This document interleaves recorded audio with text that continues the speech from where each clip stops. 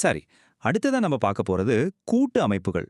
அதாவது ஒரு பொதுவான நோக்கத்தோட ஒன்னா சேர்ற குழுக்கள். இதுல முதல் வர்றது அறக்கட்டளை, அதாவது ட்ரஸ்ட்.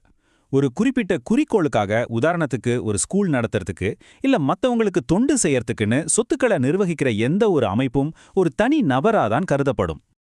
அடுத்து ஏஓபி மற்றும் பிஓஒய் ரெண்டுமே வருமானம் ஈட்ட ஒன்னா சேர்ற குரூப்ஸ் தான். ஆனா சின்ன வித்தியாசம் இருக்கு.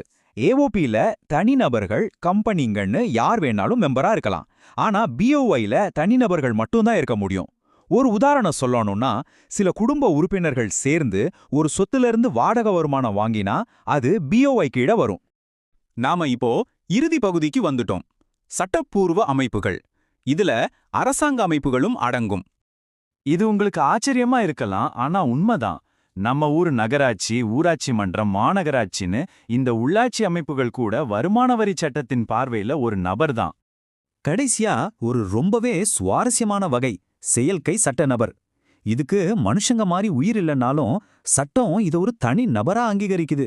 உதாரணத்துக்கு ஒரு கோயில்ல இருக்கிற தெய்வம் பேர்ல சொத்து இருந்தா அந்த தெய்வம் கூட வரி கட்ட வேண்டிய ஒரு நபரா தான் கருதப்படும். நம்ம சட்டத்தோட வீச்சை பாத்தீங்களா?